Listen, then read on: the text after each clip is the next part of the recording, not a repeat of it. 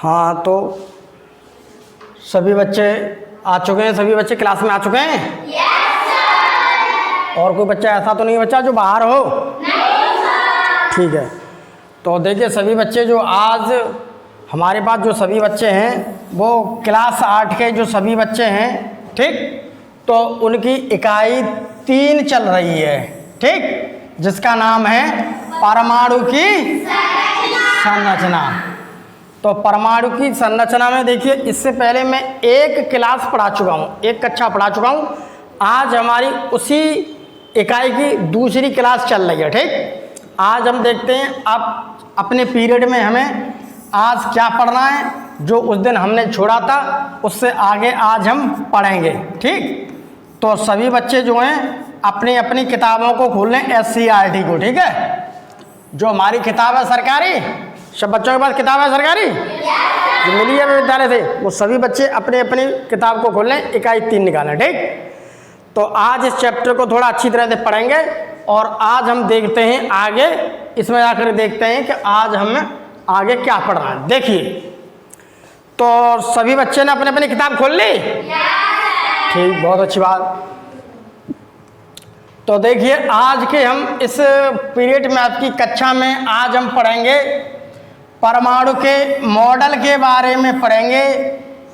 परमाणु की संरचना के बारे में हम इससे पिछली कक्षा में पढ़ चुके हैं कि परमाणु क्या होता है। इतना तो सभी बच्चे यहाँ पर जान ही गए कि तत्व का मतलब वो पदार्थ का सबसे छोटा क्या होता है, कण होता है, ठीक। उसमें विभिन्न प्रकार के वैज्ञानिक आए, फिर वैज्ञानिकों ने इसके ऊपर काम किया।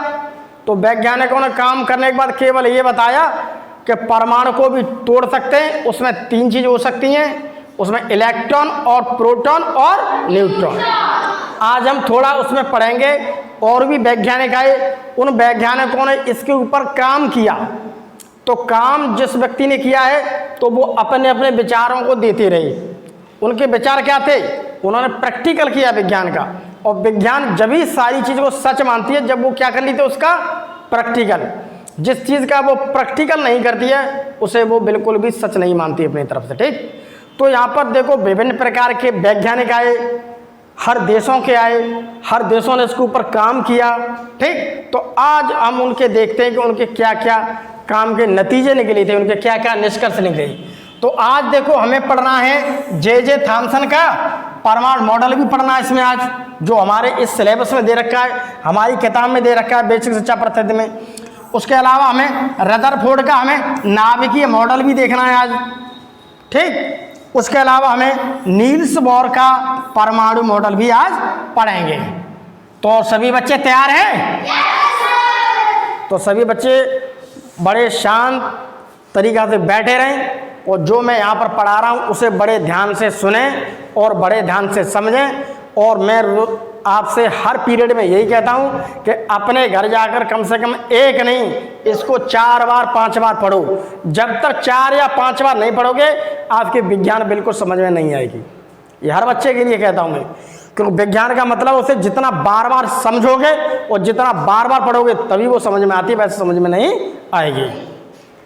तो अब हम देखते हैं आज जे थॉमसन का परमाणु मॉडल, ठीक। एक सेकेंड, ये देखिए।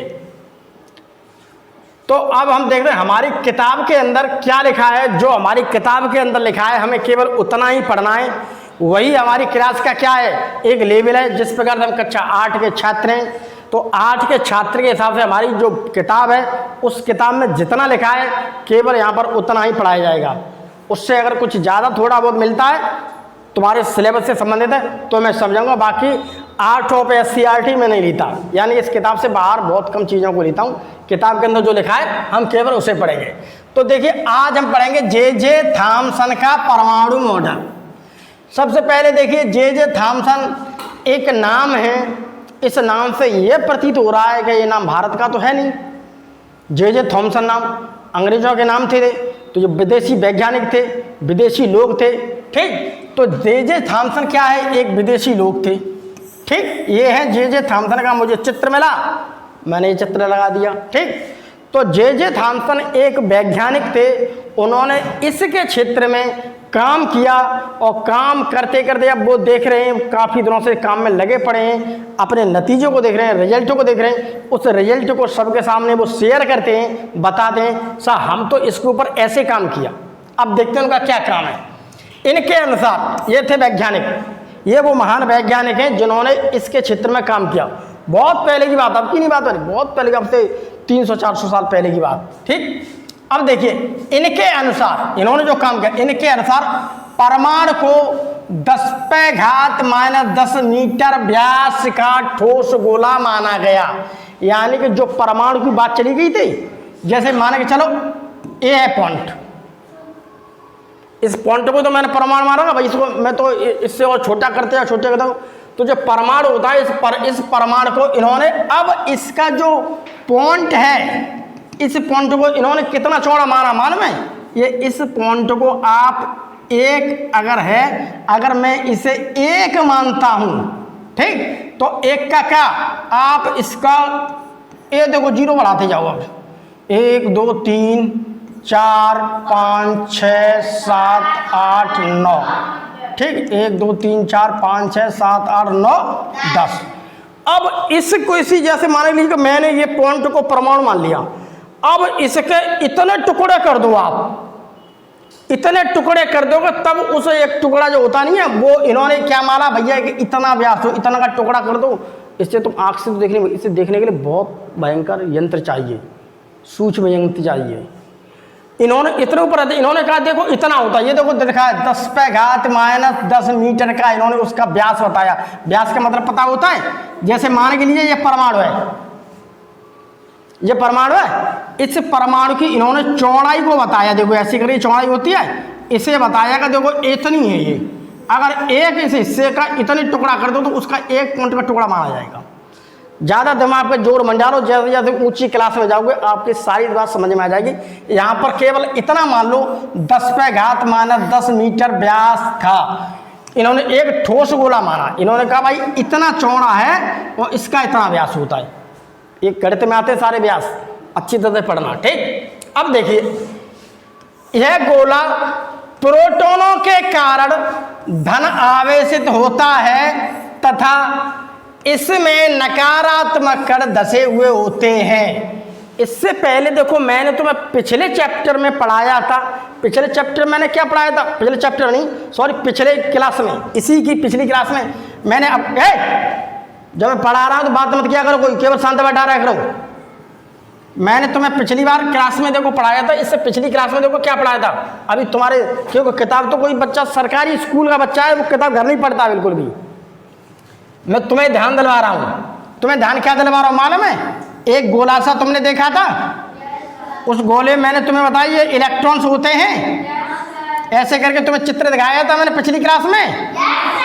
उसके बीच में मैंने तुम्हें एक सेंटर बताया था, उस सेंटर में देखिए 2-3 गोले थे, उस गोले के अंदर मैंने तुम्हें बताया था प्रोटॉन और न्यूट्रॉन्स होते हैं, ये सबको बताया था मैंने।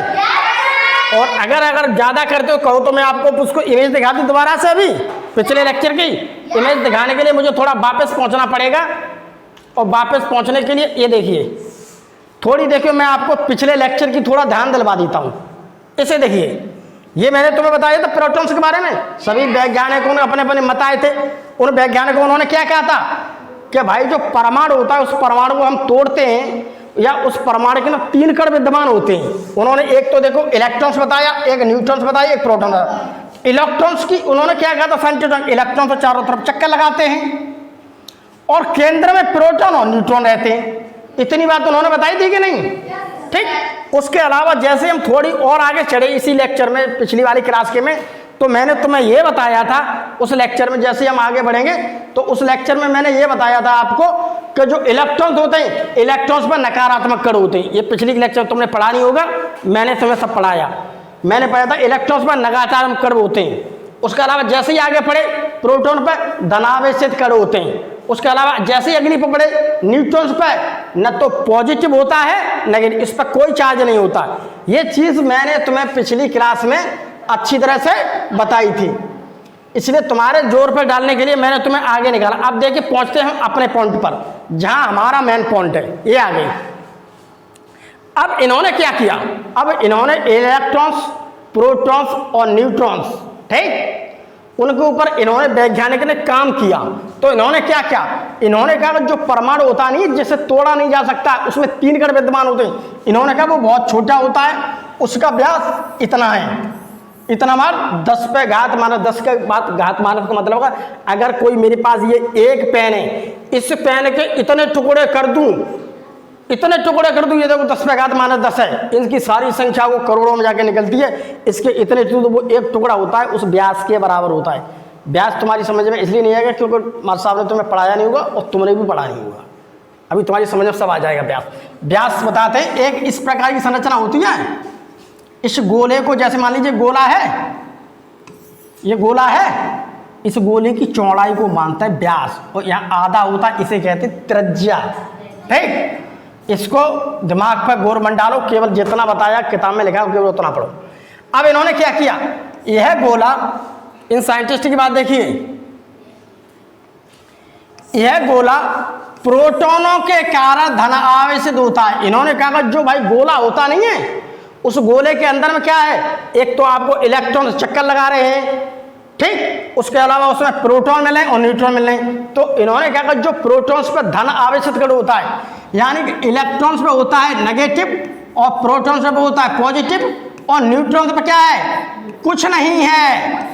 तो इन्होंने क्या था कि यह गोला होता है, इस गोले में प्रोटॉनों के कारण, ये प्रोटॉन्स दिख रहे हैं, धन धन धन धन धन का चिन्ह लगा हुआ है, प्रोटॉन्स होते हैं, तथा इसमें नकारात्मक कण धसे हुए। इन्होंने कहा जो गोला होता है, ठीक, जो परमाणु का जो गोला है, उस गोले के अंदर जो सेंटर बना हुआ है, उस सेंटर्स में इन्होंने क्या कहा कि प्रोटॉन क्या होते हैं, धनावेशित। ये देखो ये प्रोटॉन्स माना इन्होंने, प्रोटॉन्स में धनावेशित कण होते हैं, जैसे तरबूज ले सकते हो, तरबूज के अंदर बीज धसे होते हैं, तैसे इन्होंने कहा कि उसमें जो परमाणु होता है, परमाणु में जो प्रोटॉन्स होते हैं, प्रोटॉन्स पर धन आवेशित कण होता है, और उसमें इलेक्ट्रॉन्स जो होते हैं, इनमें नकारात्मक कण, ये देखो नकारात्मक, इसके अंदर धसे हुए हैं, ठीक, इसके अंदर ये घूस दिए गए हैं, ठीक। ये चित्र शायद तुम्हारी उस किताब में बनाया, लेकिन मैंने अपने हिसाब से बनाया तुम्हें समझाने के लिए, बनाया है उसमें, बहुत अच्छी बात, सारी मैंने सब तुम्हारी किताब से ही लिखा है, कुछ इधर उधर से अच्छा लगता है इसलिए मैं उसे मटेरियल को यहाँ पर लगा देता हूँ समझाने के लिए। अब देखिए ये नकारात्मक कण, ये देख रहे हैं, ये नकारात्मक मतलब नेगेटिव चार्ज है इनके ऊपर, ये कह रहा देखो सुनो, ये नकारात्मक कण इलेक्ट्रॉन परमाणु के धन आवेश को संतुलित कर सकते हैं। इलेक्ट्रॉन्स के ऊपर नकारात्मक होता है, इन्होंने कहा ये नेगेटिव चार्ज जैसे ही यहाँ पर आएगा और ये है पॉजिटिव, इसे क्या कर देंगे, संतुलित। संतुलित तो मतलब पता है, बैलेंस, बराबर कर देंगे। बराबर कैसे होता है, बराबर मालूम कैसे होता है, मान लीजिए इधर 5 है, ठीक, और इधर -5 है, इसे काट दो इसे काट दो तो ये बराबर हो जाएगा। तो इन्होंने क्या कहा था, इस कंसेप्ट को समझिए, इन्होंने क्या कहा था मालूम है, इन्होंने ये कहा था कि ये जो नकारात्मक कण है, ये नकारात्मक कण उस परमाणु के अंदर धस जाते हैं, और जो धनावेशित परमाणु के कण हैं प्रोटॉन्स के, उन्हें संतुलित कर देते हैं, क्योंकि जितने वहां पर प्रोटॉन्स हैं उतने न्यूट्रॉन्स उसके अंदर घुस दो तो वो संतुलित हो जाएगा, ठीक। यानी कि जितनी धन की चीज दे दो उतनी ही ऋण की चीज दे दो तो वो बराबर हो जाएगी। बताया नहीं, गणित के जैसा कंसेप्ट। तो इन्होंने क्या कहा था, उतने संतुलित कर सकते हैं। अब देखिए, अब सुनिए इसमें क्या लिखा है, यह मॉडल किसी प्रयोग पर आधारित नहीं था तो इसे बाद में रिजेक्ट कर दिया। ये साइंटिस्ट हुए, ये काम तो करते रहे, लेकिन इन्होंने कोई प्रॉपर इसके ऊपर प्रयोग नहीं किया, एक्सपेरिमेंट नहीं किया। तो और वैज्ञानिकों ने क्या किया इसे, और वैज्ञानिकों ने इसे क्या किया, रिजेक्ट, स्वीकार कर दिया, हटाओ। जब तुमने कोई प्रैक्टिकल नहीं किया, इसके ऊपर एक्सपेरिमेंट नहीं किया, तो इससे क्या है, विज्ञान हमेशा एक्सपेरिमेंट करती है, उस एक्सपेरिमेंट को सब लोग देखते हैं तभी तो मानेंगे। समझ में आई कि नहीं। जैसे कल मैंने भौतिक वाला परिवर्तन पढ़ाया था, उसमें हम प्रैक्टिकल करके देखते हैं। जैसे हमने थोड़ा नमक लिया, नमक को थोड़े से पानी में घोल दोगे, उसे गर्म करोगे तो पानी उड़ जाएगा, नमक रह जाएगा। इस प्रैक्टिकल को आप घर पे खूब कर लो। मोम का प्रैक्टिकल कर लो, मोम को आप क्या करो, ठंडे में रख दोगे तो जम जाएगा, उसको गर्म कर दो पिघल जाएगा। ये प्रैक्टिकल होते हैं। इसी प्रकार ने कोई प्रैक्टिकल किया नहीं तो इसे क्या बाद में रिजेक्ट कर दिया, तो इसे क्या कर दिया, रिजेक्ट। अब आगे देखिए, ये जो भी तुम्हें मॉडल पढ़ा रहा हूँ, ये तुम्हें आगे जैसे जैसे विज्ञान में आप बढ़ते जाओगे, तुम्हें विज्ञान में सारी चीज मिलती जाएगी। अब आगे देखिए, आगे आएगा रदरफोर्ड का नाभिकीय मॉडल। अब रदरफोर्ड एक वैज्ञानिक आए थे जिन्होंने प्रोटॉन के ऊपर काम किया था, प्रोटॉन का नाम दिया था, खोज तो प्रोटॉन की गोल्डस्टीन की थी, इन्होंने उसका नाम दिया था प्रोटॉन, रदरफोर्ड। रदरफोर्ड ने प्रोटॉन का नाम दिया। तुमने किताब पढ़ा है? नहीं पढ़ा, कोई किताब नहीं खोलता कोई, इसी वजह से तो। देखिए, ब्रिटेन के भौतिक वैज्ञानिक, ये जो रदरफोर्ड थे, ये एक ब्रिटेन देश के रहने वाले थे और एक भौतिकविद थे। भौतिक मतलब जिन्होंने फिजिक्स के क्षेत्र में बहुत ज़्यादा काम किया, भौतिक के क्षेत्र में बहुत ज़्यादा काम किया था इन्होंने। तो इन्होंने यह मॉडल दिया था। अब देखते हैं इनका मॉडल का।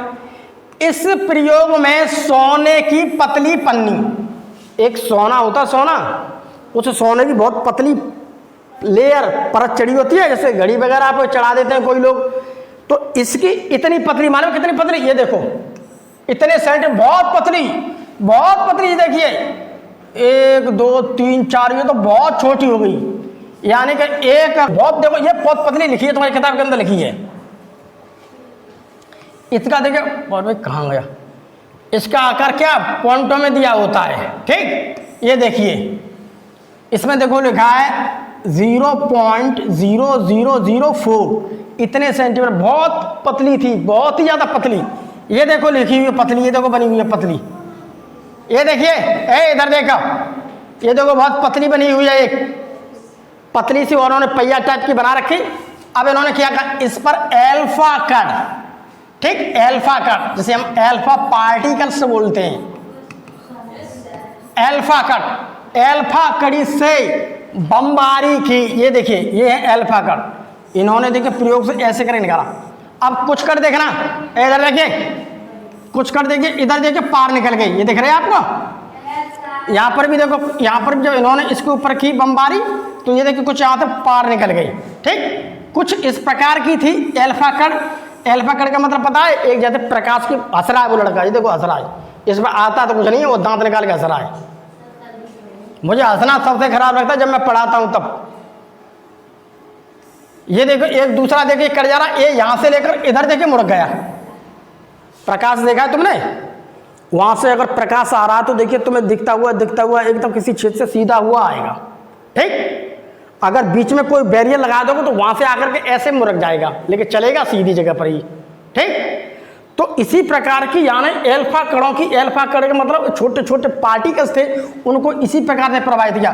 कुछ तो देखो ऐसे थे सीधे निकल गए परमाणु पर, कुछ ऐसे थे यहां से देखो इधर मुड़क गए, कुछ देखिए यहां से लेकर के इधर मुड़क गए, ठीक। अब कुछ देखो ये आ गए इधर और इधर, ठीक। अब कुछ ऐसे थे, इन्होंने बीच में जब इन्होंने किए तो वो यहां से देखो ऐसे वापस हो गई। ये इसको इन्होंने एक तरह का नाम दे दिया, क्या? परमाणु का। अब इन्होंने क्या कहा, कुछ तो देखिए बाहर निकल गए, कुछ इधर हो गए, कुछ यहां से ऐसे करके इधर लौट गए, ये आगे जा नहीं पाई। अब इन्होंने कुछ निष्कर्ष निकाला अपना, देखो क्या है, ये कहाँ गया। जब एल्फा कण सोने की पतली पन्नी से टकराते हैं, ये सोने की बहुत पतली पन्नी सी लगा रखी थी, पहिया सा था, बहुत पतली पन्नी होती है तो मैंने क्या, इसी प्रकार के सोने की बहुत पतली पन्नी थी, उस पर इतनी पतली थी, बहुत पतली है, बहुत ही ज्यादा पतली, आंख से तुम्हें दिखना भी, आंख से तो तुम दिख ही नहीं सकते थे, इतनी पतली थी।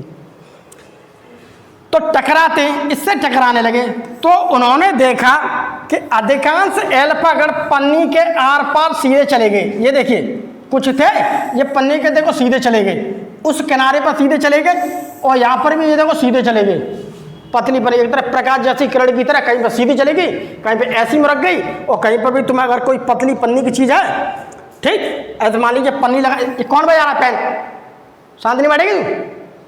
अगर यहाँ पर प्रकाश प्रवाहित करते तो यहाँ से प्रकाश ऐसे वापस होके आ जाएगा, यहाँ पर हो सकता है ऐसे चला गया, यहाँ पर ऐसे चला गया, यहाँ पर ऐसे, ठीक इसी प्रकार के बता रहा हूँ तुम्हें।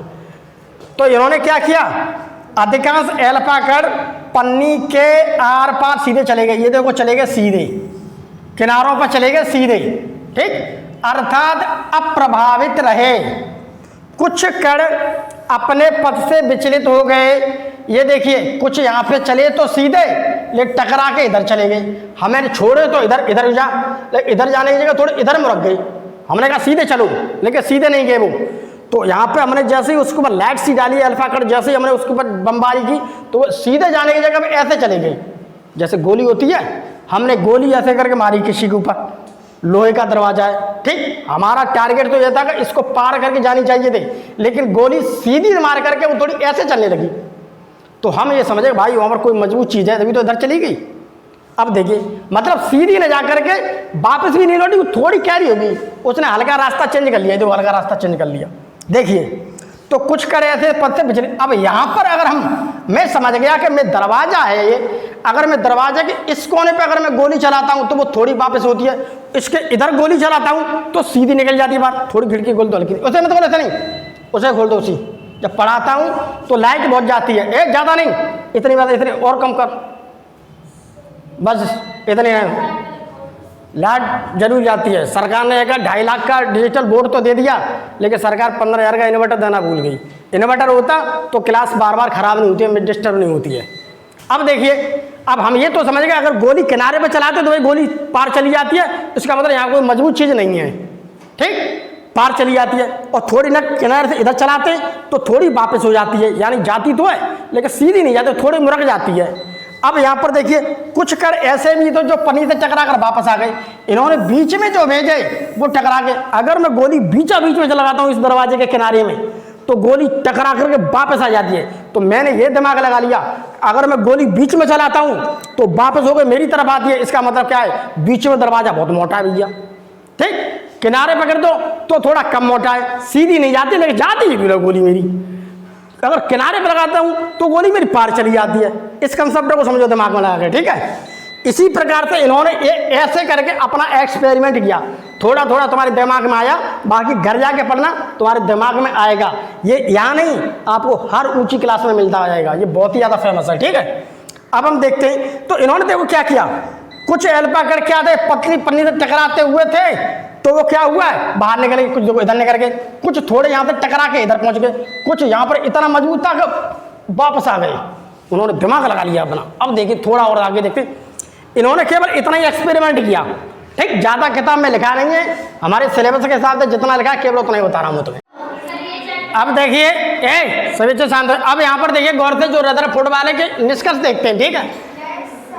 तो देखिए इसमें देखिए केंद्र में उपस्थित, यहाँ देखिए एक सेकंड, केंद्र जो होता है ना, जैसे मान लीजिए ये है मेरे पास परमाणु एटम, उसका ये है केंद्र, इलेक्ट्रॉन्स आसपास घूमते रहते हैं, ये है सेंटर, ठीक। तो देखिए केंद्र में उपस्थित धन आवेश प्रोटॉन, केंद्र में क्या थे, धन आवेश प्रोटॉन होते हैं, बहुत अच्छी बात। तो केंद्र में उपस्थित धन आवेशित प्रोटॉन, ठीक है। अब देखिए जब जिसे हम क्या कहते हैं, नाभिक, अगर ये है परमाणु, परमाणु का ये है सेंटर, सेंटर में क्या प्रेजेंट है, प्रोटॉन और न्यूट्रॉन। तो प्रोटॉन में क्या होता है, पॉजिटिव चार्ज होता है, धनात्मक आवेश होता है, तो उसी वजह से उसे हम क्या कहते हैं, नाभिक। वहाँ पॉजिटिव चार्ज है यानी धनात्मक आवेश है, इसीलिए हम उसे क्या कहते हैं, नाभिक। नाभिक का मतलब होता है सेंटर, नाभिक का क्या मतलब होता है, सेंटर यानी कि न्यूक्लियस,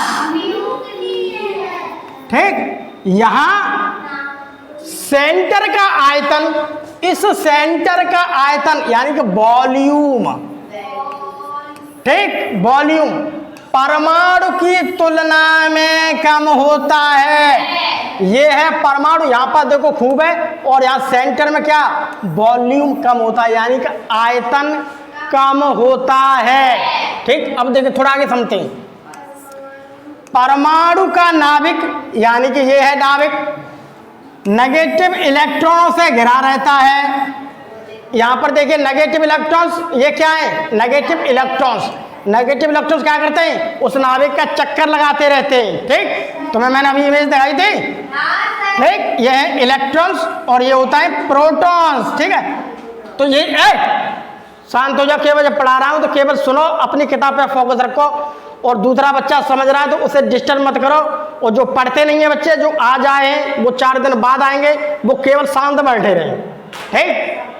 क्योंकि अभी किसी बच्चे को यहाँ पे चिल्ला देंगे, किसी बच्चे को चिल्ला देंगे, डांट देंगे, तो वो भी अपनी मम्मी पापा को ले आएगा। तो इसलिए देखिए, जो बच्चे यहाँ पर थोड़े रोजाना आते रहते हैं, केवल उनकी समझ में थोड़ा बहुत भी आ जाए, फिर भी मैं समझता हूँ कि मेरा लेक्चर अच्छा रहा, ठीक। अब इसे घर जाके पढ़ना तुम्हारी जिम्मेवारी है, पढ़ोगे तो समझ में आएगा, नहीं तो कोई बात नहीं। पहले इसे देखिए, अब इसे गौर से समझिए, दिमाग को कंसंट्रेट करके केवल यहाँ रखो। परमाणु का जो नाभिक होता है नेगेटिव इलेक्ट्रॉनों से घिरा रहता है, ये है सेंटर। इसके आसपास इलेक्ट्रॉन्स जिस पर नकारात्मक चार्ज होता है वे घूमते रहते हैं, यानी कि ये घिरा हुआ है, वे घूम रहे हैं, ये देखो, ठीक। ये देखो, यही चित्र मैंने दिखाया था अभी, बात ज़्यादा नहीं। अब देखो, कुछ अल्फा कण पन्नी के आर पार चले गए, कुछ देखो ये चले गए पन्नी के आर पार। मैंने अभी गोली वाला इमेज बताया था, कुछ पार निकल गई गोलियां, ठीक, ऐसे समझ लो। कुछ अल्फा कण क्या थे, वो पन्नी के आर पार चले गए, ठीक। क्योंकि वहां पर परमाणु का अधिकांश भाग क्या है, ये रदरफोर्ड ने बताया था कि भैया हमने जहां पर गोली मारी वो गोली पार चली गई, इसका मतलब वहां पर कोई मजबूती नहीं है, खोखली है। उस कंसेप्ट को समझो, गोली वाले कंसेप्ट को, ठीक। अब देखिए, कुछ अल्फा कण जो अपने मार्ग से विचलित हुए, वहां पर नाभिक और अल्फा कण दोनों समान आवेश है, माने कि जहां पर हमने कुछ गोली मारी थी वहां पर भैया सीधी तो नहीं गई, थोड़ी मुड़क गई। तो उनने क्या कहा कि जो क्या हुआ, शांत रहो, माने कि जो हमने गोली सीधी मारी थी तो वो सीधी नहीं जाके थोड़ी टेढ़ी हो गई, यानी कि ये सीधी जाके ऐसी मुड़क गई। ये देखो, ऐसी तो मुड़की थी भाई डायग्राम में। तो इन्होंने क्या किया कि वहां पर भी क्या है, वहां पर नाभिक है, यानी कि जो न्यूक्लियस होता है, उस न्यूक्लियस और अल्फा कण जो हमने यहाँ पर गोली मारी है, ठीक, ये है अल्फा कण। अल्फा कण दोनों पर क्या है, समान आवेश है, यानी कि प्रोटॉन जो है ना पीछे में, ये देखो न्यूट्रॉन है, तो यानी कि प्रोटॉन्स पर भी यह चार्ज सही है, और हमने जो गोली मारी है इस पर भी चार्ज दोनों समान है। इस बात को यहाँ समझो, ठीक। अब देखो कहाँ पहुंचे हम यहाँ पर। अब एक और देखो, जो अल्फा कण नाभिक से सीधे टकराकर वापस आए, हमने सीधी डायरेक्ट बीच में जब गोली ठूसी तो हमारी तरफ ही चली आई, तो अब समझे भाई बात जगह मजबूती ज़्यादा है, किवाड़ बहुत मजबूत है, अच्छा लोहे का बना है, इसलिए गोली वापस आ गई। अब देखिए, जो अल्फा कण नाभिक से सीधे टकराकर वापस आए, क्योंकि वे नाभिक के द्रव्यमान के कारण वापस मुड़ाए। उन्होंने क्या कहा कि जहां पर हमने देखो बीच में ये गोली मारी, शांत हो जाओ, ठीक, ये इस प्रकार से उन्होंने कहा यहां पर हमने ऐसे मारी, ऐसे लौट के आ गए। तो वे क्या समझ गए, जो सेंटर है ना, ये सेंटर, इसका जो मास है, द्रव्यमान है, ठीक, द्रव्यमान का मतलब क्या है, वो किस कंटेंट का, जिस चीज का बना है, ठीक, उसका जो वॉल्यूम है, जिस चीज का जो बना है, तो उन्होंने क्या कहा था उसका, क्योंकि नाभिक के द्रव्यमान, उन्होंने कहा कि यहाँ पर जो इसकी मोटाई है, जो इसका द्रव्यमान है वो बहुत अधिक है, जिसकी वजह से क्या हुआ, वो वापस आ गए, यानी यहाँ मजबूती अधिक है। अब ऐसे समझ लो। अब देखिए, इस मॉडल की बात में, ये मॉडल भी इन्होंने दिया था ना रदरफोर्ड वाला, ठीक, इस मॉडल की बाद में वैज्ञानिकों द्वारा आलोचना की गई, जबकि बहुत आलोचना होने लगी, वैज्ञानिक तरह तरह की बातें करने लगे, ठीक, नए नए वैज्ञानिक आने लगे ना, वो भी काम कर रहे हैं, तो उन्होंने भी इसके ऊपर काफी बातें की। अब देखिए, और बताया कि परमाणु स्थायी नहीं हो सकता। उन्होंने परमाणु क्या है, स्थायी नहीं हो सकता, वो एक जगह पर रुकता नहीं है, ठीक, क्योंकि नाभिक के चारों ओर चक्कर लगाने वाले इलेक्ट्रॉन्स की ऊर्जा लगातार कम होती जाएगी और अंत में इलेक्ट्रॉन नाभिक में गिर जाएगा। कुछ वैज्ञानिक आए, वैज्ञानिक भी काम है, उसकी आलोचना की, लेकिन यहाँ पर रदरफोर्ड ने क्या बताया, परमाणु स्थायी नहीं हो सकता है, और क्योंकि नाभिक के चारों ओर चक्कर लगाने वाले जो इलेक्ट्रॉन्स होते हैं, ये इलेक्ट्रॉन्स हैं, ये इलेक्ट्रॉन्स हैं, ये इलेक्ट्रॉन जो चक्कर लगा रहे हैं, ठीक, चक्कर लगाने वाले इलेक्ट्रॉन्स की जो ऊर्जा है, जो चक्कर लगाने जो ताकत है, ऊर्जा मतलब ताकत, एनर्जी, ऐसे समझ लो, ठीक, लगातार कम होती जाएगी, उसकी ताकत ही समझ लो, ताकत उसकी क्या होगी, कम होती जाएगी। और अंत में इलेक्ट्रॉन्स क्या है, ये इलेक्ट्रॉन थक करके सारा इसी में गिर जाएगा। ये बात को मैंने ऐसे समझा दिया, ठीक। अब देखिए और आगे देखते हैं, थोड़ा थोड़ा दिमाग में लगाना, घर पे जाके सब समझ में आएगा। तुम्हारी नहीं समझ में आता कोई बात नहीं, वीडियो को देखो। अब नील्स बोर आ रहा था, नील्स बोर ने क्या बताया था, सब वैज्ञानिक अपने अपने काम करने। नील्स बोर का परमाणु मॉडल, नील्स बोर ने भी तो कुछ न दिया परमाणु के बारे में, जो भी खोज करने लगे, रिसर्च करने लगे, बहुत ज़्यादा स्टडी करने लगे इसके ऊपर। अब देखिए नील्स बोर ने क्या बताया, इन्होंने बताया था कि परमाणु का समस्त द्रव्यमान, यानी कि जो परमाणु होता है उसका सारा का सारा द्रव्यमान, मास, वह किस कंटेंट का बना है, मास का मतलब होता है किस चीज की बनी हुई है, तथा धन आवेश उसके नाभिक में उपस्थित होते हैं। इन्होंने बताया कि जो परमाणु होता है उस परमाणु का सारा द्रव्यमान एवं धन आवेश उसके नाभिक में, यानी कि धन आवेश उसके नाभिक में क्या होता है, उपस्थित होता है। इलेक्ट्रॉन नाभिक के चारों ओर स्थिर या अचर कक्षाओं में घूमते रहते हैं। इलेक्ट्रॉन जो है ये इसके चारों ओर स्थिर, ठीक, या अचर, ठीक, अचर इस कक्षाओं में घूमते रहते हैं, या तो स्थिर रहेंगे या लगातार घूमते रहेंगे। अचर का मतलब वो एक स्टेबल नहीं है, ठीक है। प्रत्येक कक्षा में किसी निश्चित संख्या तक इलेक्ट्रॉन हो सकते हैं, माने कि ये है, हो सकता है कोई एक कक्षा और भी हो, यहाँ पर इलेक्ट्रॉन्स कम हो सकते हैं, किसी दूसरी इस ऑर्बिट को ले लो, वहाँ इलेक्ट्रॉन्स कुछ और हो सकते हैं, इन्होंने ये कहा था, ठीक। तो प्रत्येक कक्षा में किसी निश्चित संख्या तक इलेक्ट्रॉन हो सकते हैं। तो किसी में क्या है, किसी में कुछ, किसी में, लेकिन निश्चित संख्या होनी चाहिए उनकी। कई वर्षों तक यह माना जाता रहा कि प्रकृति में केवल दो ही मूल कण, इलेक्ट्रॉन और प्रोटॉन पाए जाते हैं। बहुत सालों तक खोज में यही चलता रहा कि प्रकृति में दो ही मिलते हैं परमाणु, कौन से, एक तो इलेक्ट्रॉन और प्रोटॉन। न्यूट्रॉन का भी नाम ही नहीं है, बहुत लोग रिसर्च में करते हैं, किसी ने न्यूट्रॉन को माना ही नहीं कुछ। परंतु चैडविक ने सन 1932 में नए कण की खोज की। अब चैडविक भी आगे, वो भी अपना काम करने लगे 1932 में, जिसका द्रव्यमान प्रोटॉन के द्रव्यमान के बराबर था। अब जितना तो भैया प्रोटॉन बड़ा है वजन में, या आप किसी भी चीज में मान लो, उन्होंने क्या कहा, जितना बड़ा प्रोटॉन का द्रव्यमान है उसी के बराबर कोई आवेश नहीं था, उदासीन करता। इसी के बराबर देखो एक और आ गया, ये है प्रोटॉन, इसके चारों तरफ देखिए चक्कर लगा रहा है, ये है इलेक्ट्रॉन्स, इसी के बराबर सेंटर में एक और मिल गया। अब न तो इस पर कोई पॉजिटिव है न कोई नेगेटिव, इन दोनों में से कुछ नहीं चार्ज है, लेकिन इसकी और इसकी लंबाई चौड़ाई बिल्कुल सेम है। यह तीसरी किसने खोजा, चैडविक ने। एक चैडविक वैज्ञानिक है, उन्होंने खोज के बताया कि भैया देखो सुनो, एक तीसरा भी होता है, उसके ऊपर न तो धन है और न कोई चार्ज नहीं है, लेकिन वो प्रोटॉन के बराबर है, ठीक, जिस पर कोई आवेश नहीं था, और इसे क्या उदासीन करा। जब इस पर कोई आवेश नहीं होता है, न तो धन है न ऋण है, उसे हम क्या कहते हैं, उसे हम कहते हैं उदासीन। उस पर कुछ नहीं है, न तो धन है न ऋण है, ठीक, उसे हम उदासीन। ये किसने खोजा था, चैडविक ने। बस किताब में हमारा जितना लिखा है केवल हम उतना ही पढ़ना, ठीक। अब देखिए परमाणु संख्या या परमाणु क्रमांक क्या होते हैं, इसे भी एक नजर देख लीजिए। देखिए परमाणु संख्या या परमाणु क्रमांक एक ही बात है, उसे हम परमाणु संख्या भी कह सकते हैं, एटॉमिक नंबर, ठीक।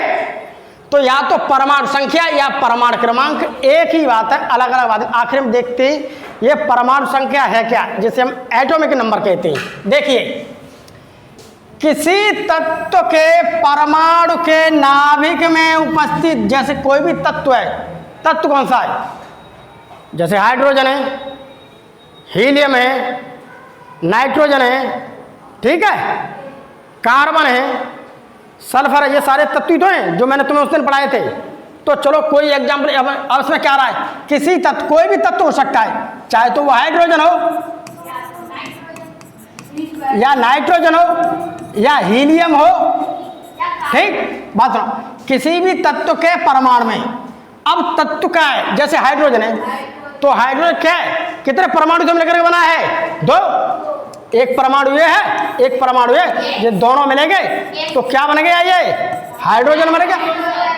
ठीक, अब देखिए, सुनिए कंसेप्ट को सुनिए, किसी तत्व के परमाणु के नाभिक में, शांत हो जाओ, किसी तत्व के परमाणु में, ये है देखिए तत्व, ये है इसका क्या, परमाणु। अब इस परमाणु में देखो क्या करा है, किसी तत्व के परमाणु के नाभिक में, यानी कि न्यूक्लियस में, ये देखिए इस न्यूक्लियस में, परमाणु की तो बात चलिए, न्यूक्लियस में उपस्थित प्रोटॉन की संख्या। अब यहां पर जैसे मान लीजिए कि मेरे पास हाइड्रोजन है, अब हाइड्रोजन क्या है, हाइड्रोजन 2 परमाणुओं से मिलकर मिला, इसमें हाइड्रोजन का देखिए एक परमाणु ये है, एक परमाणु है, तो इसे मैं ये हाइड्रोजन का परमाणु कह सकता हूं कि नहीं, इसे मैं क्या कहूंगा, हाइड्रोजन का एक परमाणु। अब परमाणु में क्या चीज होती है, परमाणु के अंदर क्या मिलेगा आपको, बीच में क्या मिलेंगे, प्रोटॉन मिलेंगे और न्यूट्रॉन मिलेंगे, और आसपास चक्कर क्या लगा रहा है यहाँ पर, इलेक्ट्रॉन। तो ये है एक हाइड्रोजन का एक, ऐसा ही हाइड्रोजन का 2 ले लो, दोनों मिलाकर के क्या बन जाएगा, हाइड्रोजन का एक अणु बन जाएगा। अब ये कह रहा है कोई भी तत्व हो सकता है, उसका ऐसा ही परमाणु होगा, किसी भी तत्व समझ लो, आप सोडियम समझ लीजिए आप, ठीक, उसके अलावा आप हीलियम ले लीजिए, उसके अलावा आप कार्बन ले लीजिए। तो कार्बन क्या है, जिन परमाणुओं से मिलकर के बनाया, तो परमाणु ये 3 चीजें होंगी, एक तो इलेक्ट्रॉन्स होगा, और बीच में आपका प्रोटॉन मिलेगा, और बीच में आपका न्यूट्रॉन मिलेगा। इलेक्ट्रॉन्स पे नकारात्मक चार्ज होता है, प्रोटॉन्स पे धनात्मक चार्ज होता है, और न्यूट्रॉन्स पर कोई चार्ज नहीं होता है। तो इन्होंने क्या कहा था, ये बात समझो, किसी तत्व के परमाणु के नाभिक में, यानी कि इस न्यूक्लियस में उपस्थित प्रोटॉन्स की संख्या, यहां पर प्रोटॉन्स देखने पड़ेंगे कितने हैं, उस प्रोटॉनों की संख्या उस तत्व की परमाणु संख्या या परमाणु क्रमांक कहलाती है, जिसे हम Z से प्रदर्शित करते हैं। अब देखिए, ये है मेरे पास एक परमाणु, गौर से देखिए, ये परमाणु दिख रहा है, परमाणु की तो बात चल रही है। परमाणु में 3 चीज होती हैं, एक तो इलेक्ट्रॉन्स मिलेगा, एक प्रोटॉन्स मिलेगा, एक न्यूट्रॉन्स मिलेगा। इलेक्ट्रॉन्स में नकारात्मक चार्ज होता है जो चारों तरफ घूमते रहते हैं, ठीक। प्रोटॉन्स में धनावेश से चार्ज होता है जो सेंटर में बैठे होते हैं। न्यूट्रॉन पर कोई चार्ज नहीं होता है, वो भी सेंटर में प्रोटॉन के साथ वो चिपके रहते हैं, ठीक। अब देखिए इसमें क्या कह रहा है, ये है मेरे पास इलेक्ट्रॉन्स और ये है मेरे पास नाभिक। ये देखो लिखा है नाभिक में उपस्थित प्रोटॉन और न्यूट्रॉन। यहाँ नाभिक में उपस्थित कितने प्रोटॉन है, यहाँ पर 2 हैं। तो ये प्रोटॉन क्या होगी, ये प्रोटॉन की संख्या होगी, जिसे हम क्या कहते हैं, परमाणु संख्या। अभी तुम्हें और समझाऊंगा, अगर दिमाग पे लगा के जरा सा भी गौर डालोगे तो तुम प्राइवेट स्कूल के बच्चों को पीछे कर दोगे, अगर तुम घर जाके पढ़ने लगोगे तो। अभी प्राइवेट स्कूल में पढ़ने वाले तुम्हारे बच्चे हैं वहाँ पर, हिंदी मीडियम स्कूल है मचवार वाला, वहाँ के बच्चों से पूछोगे वो नहीं बता पाएगा, इंटर वाला बच्चा भी नहीं पढ़ा पाएगा इस स्कूल का कि परमाणु संख्या क्या होती है। मैं तुम्हें फिर भी यहाँ बता रहा हूँ। अब यहाँ पर अगर तुमसे कोई पूछता है ये कोई परमाणु है, अब यहाँ पर प्रोटॉन्स की संख्या कितनी है, 2। तो इसी प्रोटॉन की संख्या को जो उसमें होती है उसे हम क्या कहते हैं, परमाणु संख्या। अब थोड़ी समझ में आई तुम्हारे, घर जाके पढ़ा। तो देखिए अब इस परमाणु संख्या को Z से प्रदर्शित करते हैं। इससे किससे प्रदर्शित करते हैं, Z से। तो परमाणु संख्या बराबर क्या होती है, प्रोटॉन की संख्या। अब कोई भी मेरे पास एलिमेंट ले लो, आप तत्व ले लो, अभी तुम्हें बताऊंगा परमाणु संख्या कैसे निकालते हैं, अभी बताऊंगा मैं तुम्हें। देखिए चूंक एक बात में लिखे, चूंक न्यूट्रॉन उदासीन होता है, इसलिए किसी परमाणु के नाभिक में जितने प्रोटॉन कण होते हैं उतने ही इलेक्ट्रॉन कण होते हैं। एक बात मैं आपको बिल्कुल डेफिनेटली बता रहा हूं, अगर यहाँ सेंटर में 4 प्रोटॉन हैं, यहाँ 4 प्रोटॉन हैं, तो चक्कर लगाने वाले 4 ही इलेक्ट्रॉन्स होंगे, ठीक। अब जितने प्रोटॉन हैं वही क्या है, तुम्हारी परमाणु संख्या है। अभी और आगे अच्छी तरह मेरा, लेकिन न्यूट्रॉन्स पर कोई चार्ज नहीं होता है, इसलिए उसे हम काउंट गिनती नहीं करते, ठीक। अब आगे देखते हैं, थोड़ा और से समझ लो गौर से, ये समझ लो गौर से। ये देखिए तुम्हारे पास एक डायग्राम बना हुआ है, द्रव्यमान संख्या, परमाणु संख्या को चलो कोई बात नहीं, अब द्रव्यमान संख्या आएगी। परमाणु संख्या थोड़ी समझ गए आप? Yes sir. ये परमाणु संख्या का मतलब वो होता है कि किसी परमाणु के, ये समझ लिए, किसी तत्व के परमाणु के नाभिक में जितने प्रोटॉन होंगे वही क्या कहलाती है? परमाणु संख्या। वही क्या कहलाती है? परमाणु संख्या। ये देखिए, यही देखो लिखा हुआ है। इस थ्योरी को दोबारा फिर समझा देता हूं तुम्हारी लिए।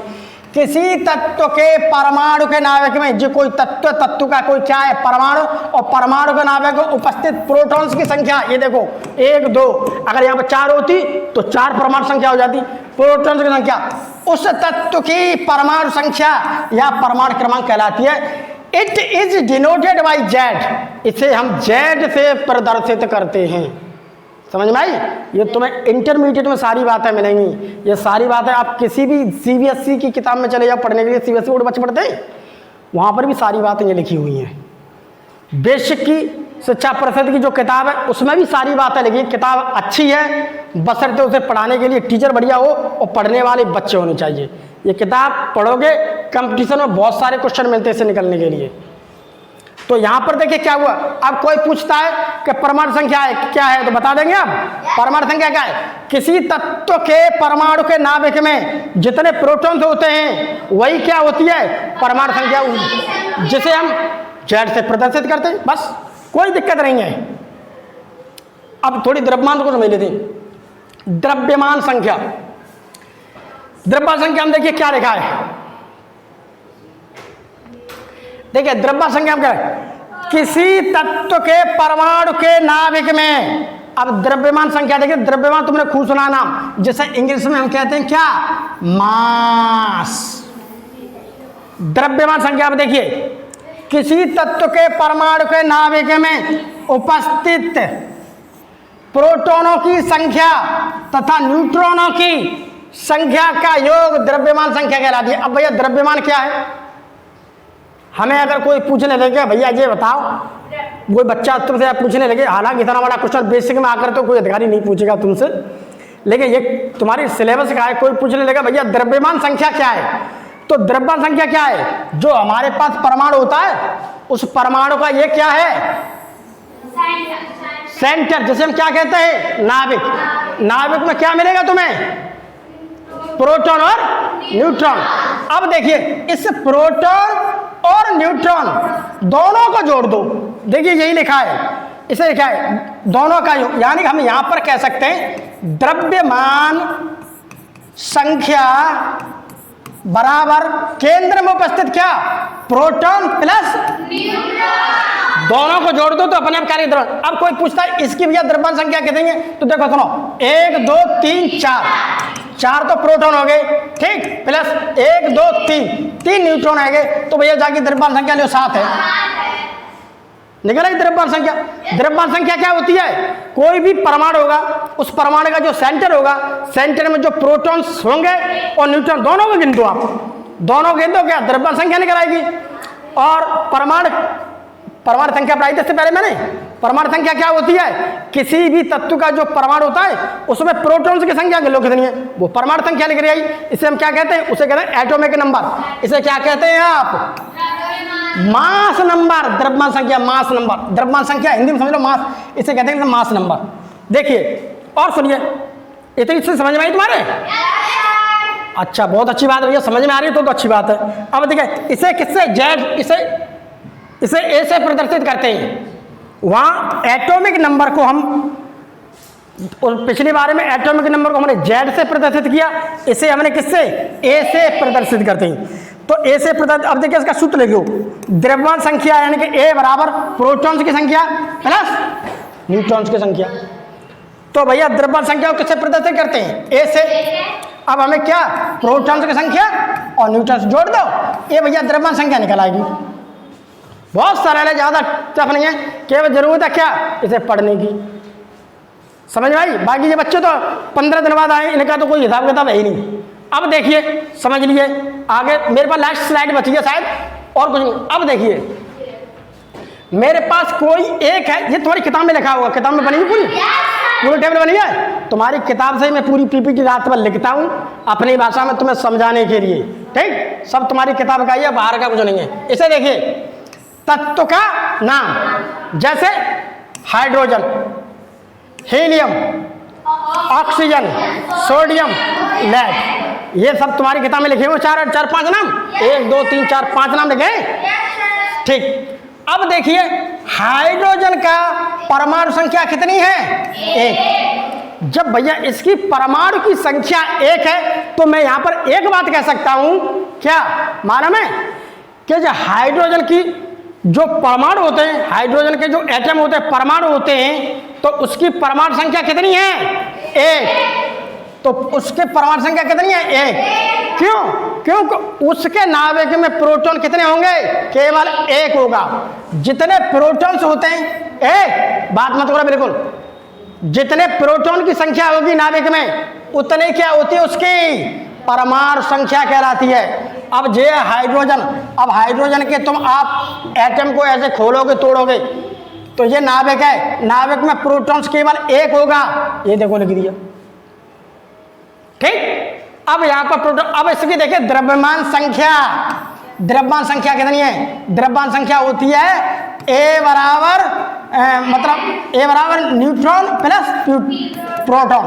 अब यहां पर द्रव्यमान संख्या बात करते हैं तो हाइड्रोजन का है, तो हाइड्रोजन का जो परमाणु होता है, तो हाइड्रोजन के परमाणु का जो नाभिक होता है वह प्रोटॉन तो 1 है, ये देखो लिखा हुआ है, लेकिन न्यूट्रॉन नहीं है, तो वो लिख दिया मैंने 0।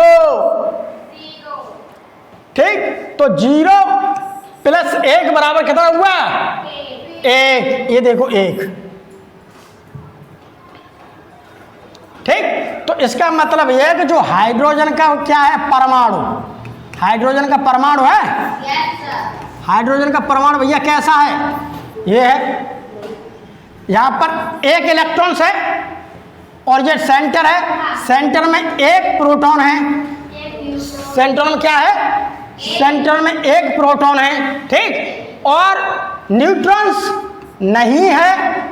अगर न्यूट्रॉन्स 1 होता तो हम यहाँ पर 1 जोड़ देते। इसका मतलब हाइड्रोजन के क्या है? सेंटर में न्यूट्रॉन्स नहीं है, तो क्या हुआ? उसकी द्रव्यमान संख्या कितनी हुई? 0 प्लस 1 बराबर 1। कंसेप्ट समझ में आया? अब अगला देख लिए हीलियम। हीलियम में देखिए, ये है, देखिए हीलियम। अब हीलियम का जब हम परमाणु को खोजते हैं, हीलियम का परमाणु देखो कैसा है, ये है हीलियम का परमाणु। ठीक, अब हीलियम के परमाणु में देखते हैं, अब जितने उसके इलेक्ट्रॉन्स होंगे उतने प्रोटॉन्स होंगे। तो ये देखिए यहाँ पर प्रोटॉन्स कितने दे रहा है हीलियम के? 2 प्रोटॉन दे रहा है। तो देखिए सुनिए, पहले जितने प्रोटॉन्स हैं उतने इलेक्ट्रॉन्स बना दिए मैंने। ठीक ठीक, अब मेरी बात सुनो, धीरे शांत रहो, अभी तुम्हारी समझ में सब कुछ आ जाएगा। अब ये है मेरे पास सेंटर, अब जितने देखो इलेक्ट्रॉन्स होते हैं उतने प्रोटॉन्स होंगे। तो देखिए 2 प्रोटॉन्स हो गए। ठीक, अब इसमें न्यूट्रॉन्स की संख्या कितनी दे रखी है? 2। तो देखिए ये न्यूट्रॉन्स बना दिए, न्यूट्रॉन में कोई चार्ज नहीं होता है। अब इसकी द्रव्यमान संख्या निकालिए, द्रव्यमान संख्या निकालिए, कितने का है? 2 तो न्यूट्रॉन, 2 प्रोटॉन बराबर 4। इससे आराम से हम परमाणु संख्या बता सकते हैं। परमाणु संख्या इसकी 2 है, जो देखो परमाणु संख्या 2 है। ठीक, अगला लीजिए ऑक्सीजन। ऑक्सीजन ले लीजिए, ये ऑक्सीजन है। अब ऑक्सीजन की परमाणु संख्या 8 दे रखी है। जब परमाणु संख्या उसकी 8 है तो हमें पता है कि ऑक्सीजन का जब हम परमाणु देखेंगे, एटम देखेंगे, तो एटम में क्या होगा? प्रोटॉन्स 8 होंगे। ठीक, ज्यादा मन चिल्ला भैया। अब देखो, ये ऑक्सीजन का मैंने एक परमाणु ले लिया। ठीक, अब इसके प्रोटॉन्स की संख्या कितनी है? 8। तो इलेक्ट्रॉन्स भी 8 होंगे, तो आसपास में 8 इलेक्ट्रॉन्स हो गए तुम्हारे। प्रोटॉन्स आपके कितने मिल गए? 8 भैया, 8। अब 8 ही इसके क्या है? न्यूट्रॉन। आप जोड़ दीजिए, 8 प्लस 8 बराबर कितने हो गए? 16 हो गए। अब अगला देखिए सोडियम ले लीजिए, सोडियम लीजिए, सोडियम। अब सोडियम में यहाँ पर द्रव्य परमाणु संख्या कितनी दे रखी है? जब इसने परमाणु संख्या 11 दे रखी है तो इसके इलेक्ट्रॉन्स भी 11 ही होंगे। क्यों? जितने प्रोटॉन्स होते हैं उतने तो इलेक्ट्रॉन्स होते हैं। क्या? अच्छा, ये 11 ही तो बता रहा हूँ, सुनते रहिए। 12 तो न्यूट्रॉन्स हैं, हम न्यूट्रॉन्स की बात नहीं है, प्रोटॉन्स की बात करें। अच्छा, सोडियम, सोडियम के इसमें 11 दे रखे हैं, अगर इसने परमाणु संख्या तो 11 इसके क्या होंगे, इलेक्ट्रॉन्स होंगे, ठीक है। तो इलेक्ट्रॉन्स के कितने होंगे, 11, और 11 इसके क्या है, प्रोटॉन्स। अब यहाँ पर न्यूट्रॉन्स कितने हैं, यहाँ पर न्यूट्रॉन्स 12 हैं। अब 11 और 12 जोड़ तो कितने हो गए। अब लेड का देख लीजिए, लेड, लेड, ठीक, लेड को बोलते हैं पीबी। लेड क्या है, लेड में देखो परमाणु संख्या कितनी है इसकी,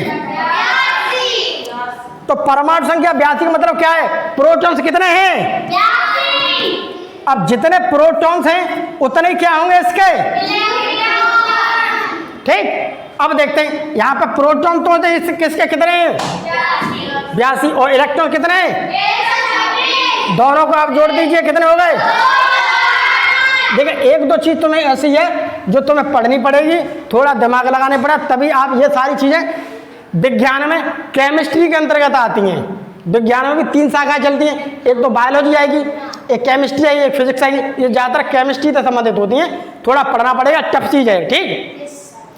और आज के लिए केवल इतना ही है, क्योंकि हमारा लेक्चर आज थोड़ा बड़ा हो गया है, आज लेक्चर थोड़ा बड़ा हो गया है। इसे सभी बच्चे जाके घर पर अपने पढ़ने का कोशिश करें।